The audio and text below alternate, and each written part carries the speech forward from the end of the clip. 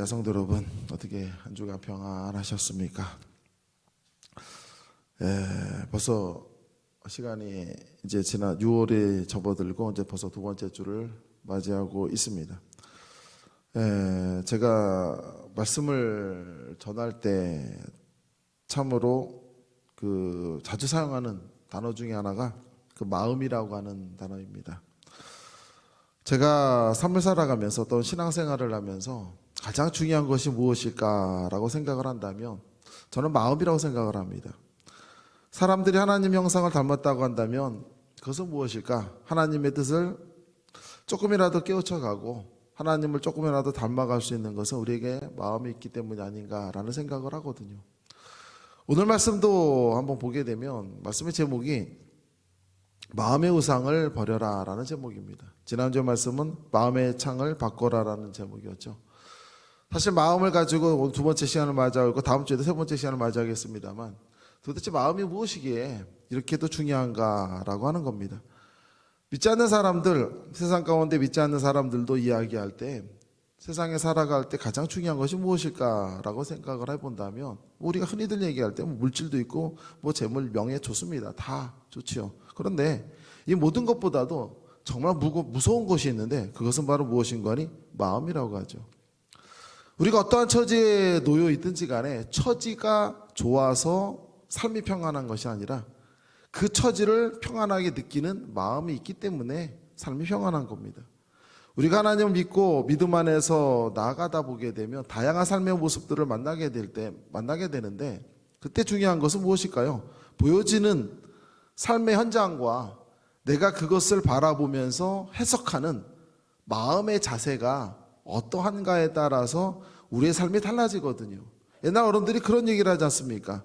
부잣집에 풍요롭고 다투는 모습보다는 가난한 집에 콩 한 조각을 나눠 먹더라도 가난한 가정에 웃음소리가 났다고 하죠. 사실 어찌 보게 되면 어찌 부유함이 이 가난함보다 못하겠습니까? 당연히 위에 있는 것 아니겠습니까? 그러나 이 마음이라고 하는 것이 어떠한 장소에 있든 어떠한 상황에 놓이든지 간에 이 마음이 평안함이 그만큼 소중하다라고 하는 것을 이야기하는 것 같습니다.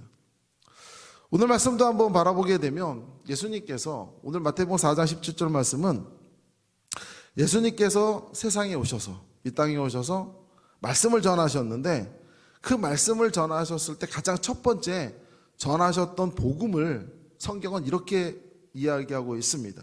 마태복음 4장 17절 말씀입니다. 뭐라 얘기합니까? 예수께서 비로소 전파하여 이르시되. 자, 성경은 이렇게 얘기하죠. 비로소. 이제 때가 되셔서 이제 주님께서 때가 되셔서 드디어 말씀을 전하셨는데 처음으로 입을 여시고 전하셨던 말씀이 무엇인가 하니 바로 회개하라입니다. 회개하라. 천국이 가까이 왔느니라. 자, 성도 여러분, 너무 유명한 말씀 아닙니까? 회개하라. 우리가 이 회개하라라고 하는 것은 그리스도인들에게 있어서 굉장히 중요한 믿음의 자세입니다. 우리가 회개하라고 하는 거 한 주간의 삶을 회개하고 우리 인생을 돌이켜보면서 하나님의 믿음 안에 살지 못한 것들을 회개하는 것이 신앙의 기본 아닙니까? 그런데 오늘 본문 말씀을 보니까 예수님께서 비로소 처음으로 전하셨던 말씀이 있는데 그것이 바로 무엇인가 하니 바로 회개하라라는 단어거든요. 회개라고 하는 단어가 무슨 의미가 있을까요? 쉽게 생각을 하면 잘못을 돌이키랍니다. 마음을 바꿔라죠. 좀 더 깊게 들어가면 마음을 바꿔랍니다. 우리가 삶을 살아가는 데 있어서 어떠한 잘못된 삶을 살고 있는데 그 잘못된 것을 돌이키고 이 잘못된 것을 바꾸는 것이 바로 회개하라고 하는 말씀 속에 담겨져 있는 내용이거든요. 그럼 주님께서는 도대체 무엇을 회개하라고 하셨을까라는 질문입니다. 왜 예수님께서 이 땅에 오셔서 유대인들에게 이스라엘 백성들에게 전파하셨을 때 그들을 향해서 말씀하시기를 회개하라고 말씀하셨는데 우리 쉽게 생각할 수 있는 것은 많은 유대인들이 죄를 짓고 하나님의 뜻 가운데 속에서 머물지 못했기 때문에 그것을 회개하라는 의미구나 라고 이해할 수가 있습니다. 그런데 오늘 이 말씀은 좀 더 들어가서 바라보게 되면 주님께서 말씀하시는 것은 바로 무엇인가 하니 우리가 하나님을 온전히 바라보지 못하고 있는 것을 돌이키라는 의미입니다. 자, 무슨 얘기인가 하니 하나님과 우리와의 관계는, 하나님이 사랑하신 우리들은 하나님 믿는 사람들이 어떠한 모습을 갖느냐가 중요한 거겠죠. 당시에 유대인들 하나님을 믿는 민족입니다. 하나님을 믿는 민족들이고 그들 하나님을 섬긴다고 하였고 그들 하나님으로 인하여 복을 받으며 하나님으로 인하여 그들의 인생이 결정된다고 하고 믿는, 바로 고백하는 민족이었죠. 그들이 바로 이스라엘 백성입니다. 근데 예수님께서 오셔서 그들에게 말하기를 뭐라고 하셨는가 하니, 너희들이 믿고 있는 그 모습을 바꿔라. 너희들의 믿고 있는 모습이 잘못됐음을 뉘우치고 하나님 앞에 마음을 바꾸라는 얘기였거든요. 자, 왜 그랬을까요? 당시 유대인들은 율법을 따랐습니다. 굉장히 중요한 단어죠. 율법을 따랐다는 게 어떤 의미가 있는가라고 하는 거거든요. 율법이라는 건 계율입니다. 예수님, 하나님께서 이스라엘 백성에게 율법을 주셨습니다. 우리 잘 아시죠? 토라라고 하는 율법을 주셨어요. 십계명입니다. 쉽게 얘기하면. 이와 같은 10개의 계명을 주시면서 너희들은 이 계명을 중심으로 해서 하나님을 섬기고 공동체의 관계를 유지하라는 말씀이었거든요. 그리고 이 말씀 속에는 단순한 계명이 아니라 굉장히 그 속에서는 복합적이고 깊이 있는 의미들이 담겨져 있었거든요. 이것을 이스라엘 백성들에게 주셨는데 이스라엘 백성들은 이것을 받고 그들은 이 계명을 몇 가지를 만들었는가 하니 자그마치 2332가지를 만들었습니다. 한두 가지가 아니라 2300개 넘죠. 아마 율법학자가 아닌 이상은 이 가지수를 전부 다 알 수 없을 거예요. 무엇을 행동하든지 간에 아침에 일어나서 그날 잠드는 시간까지 모든 것들이 율법에 의해서 움직이는 삶이었어요. 그러면 중요한 건 그거겠죠. 율법을 왜 만들었습니까? 율법을 만든 것은 율법을 통하여서 하나님을 온전히 섬기기 위함이었거든요. 이 온전히 섬기는 것은 바로 무엇이겠습니까? 마음으로 진심을 다해서 하나님을 섬기는 거죠. 우리가 공경한다라는 의미는 바로 무엇입니까? 단순한 인사라고 하는 형식이 아니라 그 안에 담겨있는 공경의 마음이 중요하듯이 항상 중요하게 강조했던 것은 바로 무엇인가 하니 하나님을 향한 진실된 마음을 가지고 주님을 섬기는 것이 바로 엄밀하게 이야기 율법의 필요성이었어요. 그런데 당시 이스라엘 백성들의 삶, 유대인들의 삶은 어땠었는가 하니 하나님을 믿는 중심이 사라져버리고 그들의 삶은 전부 다 무엇이었습니까? 율법을 지키는 삶이었어요.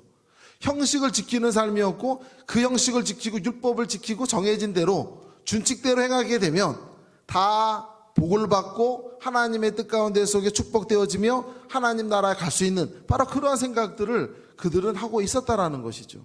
성도 여러분, 오늘 예수님께서는 그들에게 오셔서 무엇을 전하신 거 아니 우리가 하나님을 섬긴다라는 것, 우리가 하나님을 섬긴다라고 하는 게 어떤 의미인가라고 하는 것을 문제를 던지신 거죠. 우리는 생각합니다. 오늘날 우리 그리스도인들 생각을 해봤을 때 하나님을 섬기는 것이 무엇입니까? 라고 이야기하게 돼 우리는 쉽게 생각할 수 있는 것이 형식을 이야기할 수 있어요.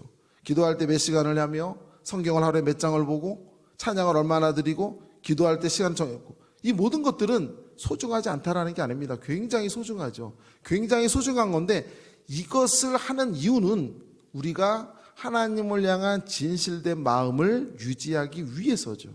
이것을 통해서 하나님을 내 마음으로 섬기고 내 삶을 바라다 볼 때 정말로 하나님을 바라보고 사랑하는 마음을 가지고 내 삶을 바라보겠다라고 하는 고백이요 실천이거든요.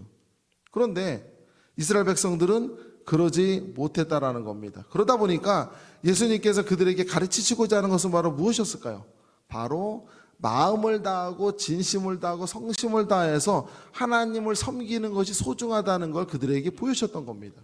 그래서 오늘 말씀을 보게 되면 주님께서 먼저 말씀하시기를 회개하라라는 말씀을 던진 것이죠. 단순한 형식과 계율과 지킴이 중요한 것이 아니라 그것을 넘어서서 하나님의 자녀로서 또 하나님께 사랑하는 민족으로서 진실된 마음으로 주님께 나아오는 것이 소중하다라고 하는 것을 이야기하고 있는 것이거든요. 성도 여러분, 왜 이게 중요할까라고 하는 겁니다. 왜 이게 중요할까? 한번 말씀 보게 되면 마태복음 16장 4절 말씀을 한번 잠깐 보시겠습니까? 거기 말씀을 한번 잠깐 보게 되면 이런 말씀이 나옵니다.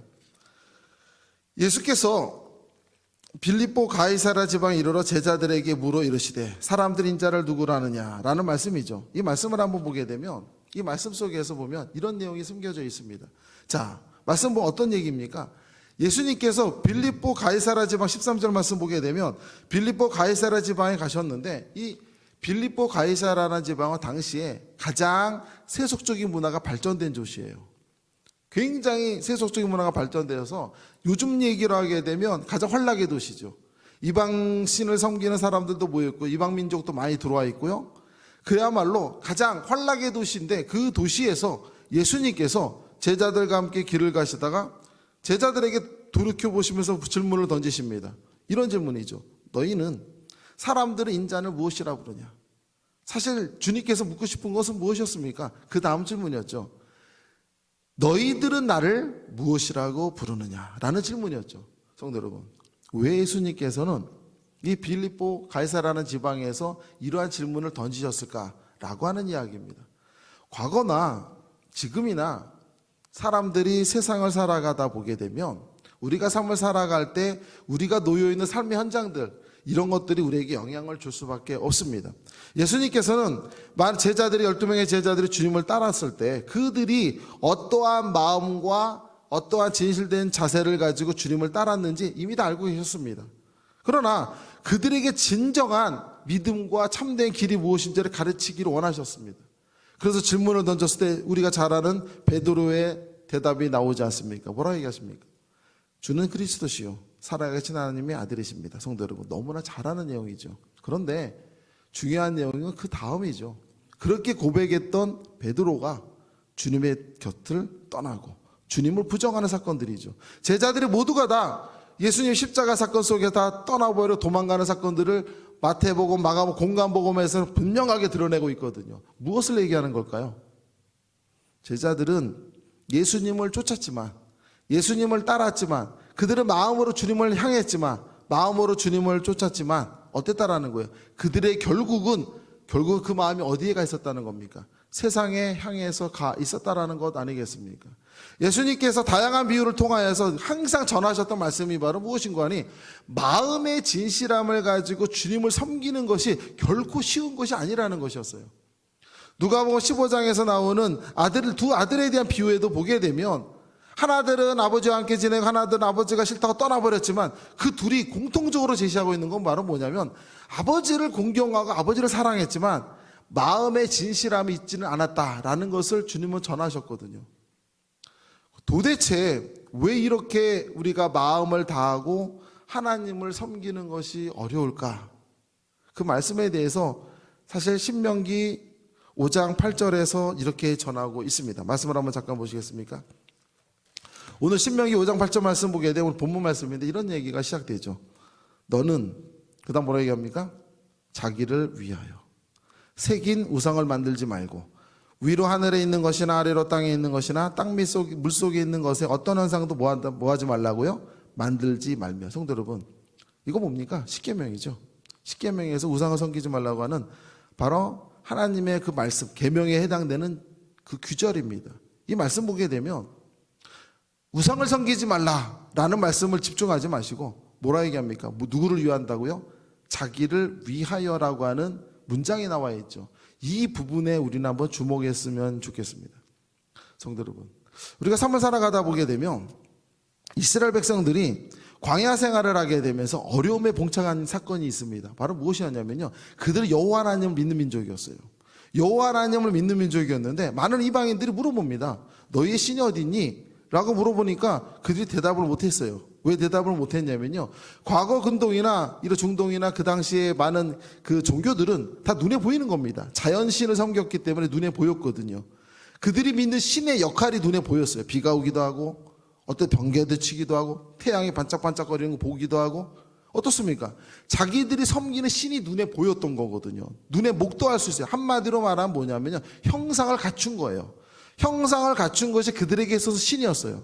근데 이스라엘 백성들이 어려움이 바로 무엇이었냐면 너희의 신이 누구니? 라고 물어봤는데 가르쳐 줄 수가 없는 거예요. 우리의 신은 여호와 하나님이십니다. 그래?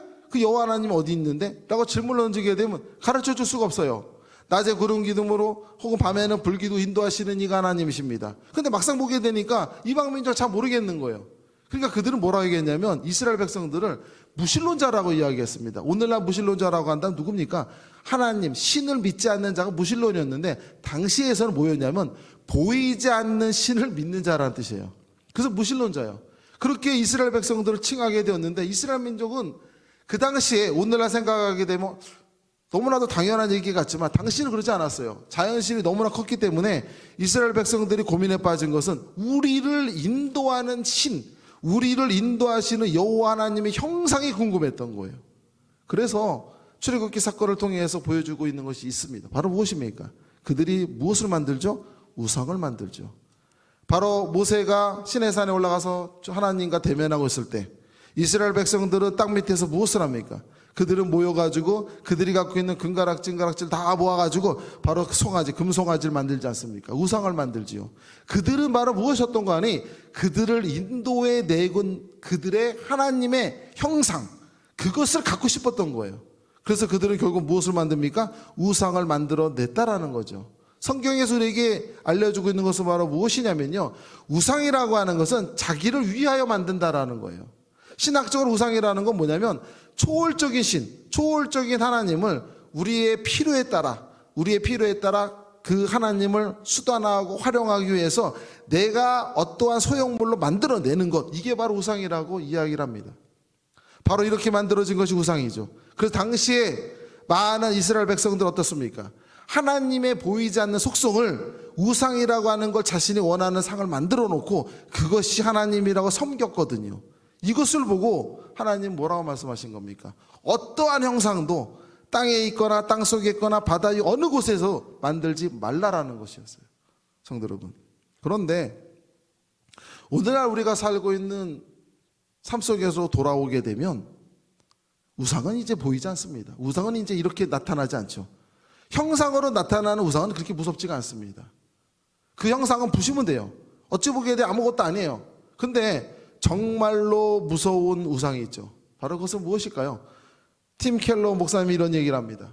오늘날 믿는 사람이든 믿지 않는 사람이든 세상에 살고 있는 많은 사람들은 내 마음속에 하나의 보이지 않는 우상을 만들어 놓고 그것이 마치 하나님인 양, 그것이 마치 내가 세상을 살아가는 가장 소중한 보배인 양, 믿지 않는 사람 보배겠죠. 보배인 양, 그것을 바라보고 그것이 나의 삶의 이유인 장 바라보며 살아가고 있다라는 이야기죠. 세상에 많은 사람들은 내 마음속에 그걸 다 갖고 있답니다. 우상을 다 쥐고 있대요. 보배를 쥐고 있대요. 그리고 그것이 전부라고 여기며 살아간다라는 거예요. 그리스도인들은 다를까요? 오늘날 우리도 마찬가지입니다. 여기서 핵심으로 이야기하고 있는 신명기 5장 8절에서 이야기하는 자기를 위해서 만들었다고 하는 그 말씀을 우리는 주목해야 되거든요. 오늘날 사람을 살아갈 때 많은 사람들은 세상을 좀 더 아름답고 세상을 좀 더 멋지게, 세상을 좀 더 화려하게, 행복하게 다양한 목적을 위해서 내 마음에 믿는 사람조차도 우상을 만들어 놓는다는 거예요. 이 우상을 만들어 놓게 되면 나를 위해서 만들었기 때문에 이제부터는 뭐가 된다는 겁니까? 하나님은 그것을 위해서 이용당하는 수단밖에 되지 않는다라는 거예요. 그래서 신앙생활이라는 게 어렵다라는 겁니다. 오히려 쉬운 것은 아침에 일어나서 하루에 몇 시간 무엇을 하고 정해진 시간을 정해놓고 이대로 행하는 자에게는 어떠한 축복이 있고 어떠한 복이 있으며 어떻게 천국에 이르게 될 것이고 라고 하는 게 정해진다고 한다면 어쩌면 그대로 행하면서 쉽게 받을는지도 모르겠습니다. 그러나 하나님께서 우리에게 요구하시는 믿음의 모습은 무엇인가 하니 그런 것이 아니라 그 모든 것 속에서 항상 따라다녀야 되는 게 있다는 거죠. 그게 바로 뭡니까? 마음의 진실함이라는 거예요. 하나님께 우리에게 모시고 이것이 소중하다라고 여기는 것이 있는데 그게 바로 무엇인가 하니 마음의 진실함이라는 거예요. 근데 우리 마음속에 우상이 만들어지게 된다면 우리가 어떠한 삶의 모습을 진실되게 행한다 할지라도 그것은 하나님 보시기에는 왜곡된 거라고 말할 수밖에 없는 것 아니겠습니까? 성도 여러분, 그래서 오늘날 우리가 이야기할 때 삶은 어떻다라는 거예요? 굉장히 어렵다라는 거죠. 한병철이라고 하는 독일 프랑크푸르트 대학교 교수님이 계십니다. 그분이 피로사회라고 하는 책을 독일어로 직접 쓰셨는데 이게 공존의 히트를 쳐가지고 지금 세계의 많은 나라 언어로도 번역이 되어 있습니다. 이 피로사회라는 것은 내용은 이런 얘기예요. 그 내용은 무엇인가니? 오늘날 살고 있는 현대인들은 나름대로의 다양한 행복과 자기가 추구하는 삶의 방향이 있다 보니까 그것을 위해서 최선을 다한다고죠.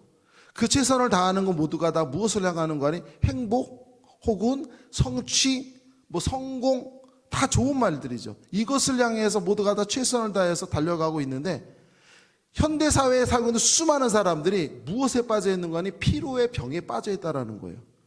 오늘날 사는 사람들 모두가 다 필요하답니다. 내가 목적을 추구하는 것을 따라가서 살고 있는데 이 목적을 바라보면서, 이분은 우상이라는 표현을 쓰지 않죠. 왜? 그 책은 사회학적 책이지 신학책은 아니기 때문에. 그가 이야기하는 건 뭡니까? 모든 사람들은 자신이 원하는 목적을 위해서 최선을 다하고 살아가고 있지만 모두가 다 탕진되어지고 지쳐가고 갈등이 나타나고 허무하고 이러한 속성에 우리 현대인은 살고 있습니다 라고 하는 내용이에요. 모두가 다 공감을 하죠. 성도 여러분, 우리 그리스도인도 한번 보자는 얘기입니다. 우리 그리스도인들도 한번 알아보게 되면 우리가 세상의 삶을 살아갈 때 정말로 소중한 것이 무엇입니까? 라고 말한다면 하나님과 우리가 온전한 관계를 유지하는 거예요.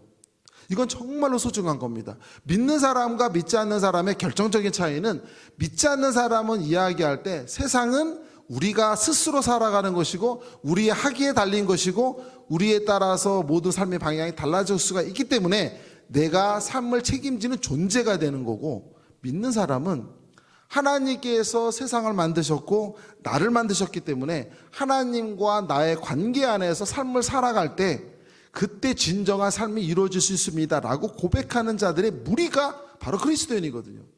그런데 우리가 세상을 살아갈 때 하나님이 자리가 빠져버리고 그 자리에 성취며 성공이며 다양한 목적들 많습니다. 그러한 것들을 우리가 중심이 되어버린다고 한다면, 믿지 않는 학자들도 이야기하잖아요. 우리의 삶은 허무하고 지치고 괴롭고 무엇을 위해 사는지 스스로가 모르게 되고 물음표를 던질 수밖에 없다라는 거거든요. 모두가 다 긍정하고 인정합니다.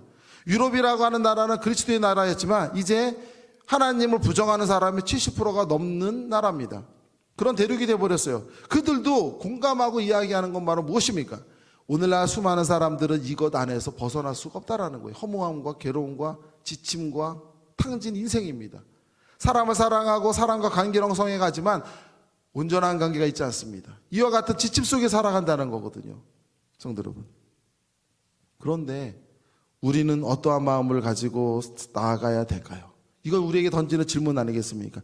그 다음 말씀, 신명기 5장 9절 말씀을 한번 잠깐 한번 보시겠습니까? 그 다음 이어지는 말씀 한번 또 한번 보시죠. 이 말씀을 한 번 더 집중해서 보게 되면 굉장히 무서운 말씀이 될 수 있어요. 9절 말씀은 이렇게 나옵니다. 그것들에게 내가 만든 자기를 위하여 새긴 우상, 내 마음속에 갖고 있는 그 우상, 그것들에게 절하지 말며 그것들을 섬기지 말라. 여기까지입니다. 말씀 한번 보시죠. 뭐라 얘기하는 거예요? 절하지 말고 섬기지 말래요. 이거는 어찌 생각하게 되면 형상이라고 하는 부분만 바라보게 되면 마치 어떠한 우상을 섬기고 그 안에서 내가 엎드려 절을 하는 것이 잘못된 것이고 그를 공경하는 것이 잘못된 것입니다 라는 고백이 아닙니다. 이건 굉장히 더 높은 수준으로 나아가죠. 바로 무슨 얘기예요? 내가 만든 그 우상, 내가 만든 마음의 우상을 굴복당하거나 그것을 섬기는 삶을 살지 말라는 얘기예요. 이건 다른 이야기죠. 우리가 하나님을 믿는다라고 하는 것은 마음의 진실함을 가지고 주님께 나아가라는 거예요. 이 마음의 진실함이라는 것이 사라지게 되는 순간 우리의 믿음이라는 건 허구가 되는 거예요. 예수님의 제자들이 주님을 따를 때는 진심이었어요. 그들이 갖고 있는 삶을 던져버리고요, 그들이 갖고 있는 터전을 던져버리고요, 주님을 따릅니다. 그것은 오로지 하나죠.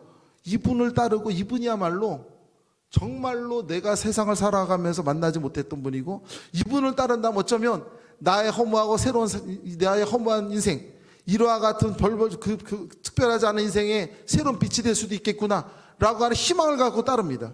진실한 마음이에요. 다 가진 걸 던진다는 건 쉬운 게 아니에요. 그렇게 따랐던 그들이 주님과 함께하며 주님과 동행하며 마음으로 주님을 당연히 사랑했겠죠. 그러나 그들의 삶 속에서 부딪히는 현실은 다르다는 거예요. 부딪히는 현실은 어떻습니까? 주님 앞에 수많은 사람, 병자들이 와서 고침을 받고요, 사람들이 우러러보고요, 예수님의 제자들을 바라보는 눈빛이 다릅니다. 지금까지 살았던 인생과는 다른 인생을 살게 되는 거예요. 당연히 마음으로부터 우상이 생깁니다. 화려함을 바라보고요, 권력을 꿈꾸고요, 명예를 꿈꾸고요, 재물을 꿈꾸기도 하겠죠. 그러다 보니까 그들은 무엇을 잃어버렸습니까? 예수님을 잃어버린 거죠. 그들이 추구했던 마음의 우상으로 말미암아 그들은 진정으로 중요하고 소중하게 여겨야 될 그 주님을 잃어버린 거예요. 그래서 그들은 십자가 앞에서 다 도망가 버리잖아요. 그들은 처음부터 예수님을 부정했던 사람이 아니지 않습니까? 주님을 사랑했던 사람이고 마음으로 따랐던 사람이에요. 그러나 그들이 세상을 따라다 세상을 향하게 되고 마음의 세상을 바라다 보게 되면서 그 마음속에 자신이 품는 우상이 만들어지다 보니까 주님을 잃어버린 것 아니겠습니까? 그래서 오늘 신명기 5장 8절과 9절에서 무엇을 얘기하는 겁니까? 보이는 형상을 가지고 우상을 섬기지 말라라고 하는 옛날 이스라엘 백성들을 향해서 한 얘기라면, 오늘날 신앙생활을 하고 있는 우리들에게 진정코 전하고자 하는 주님의 말씀은 무엇이겠습니까? 우리가 마음에 우상을 만들어 놓고 그 우상을 잘 닦으면서 내 마음속에 아무도 보지 않습니다.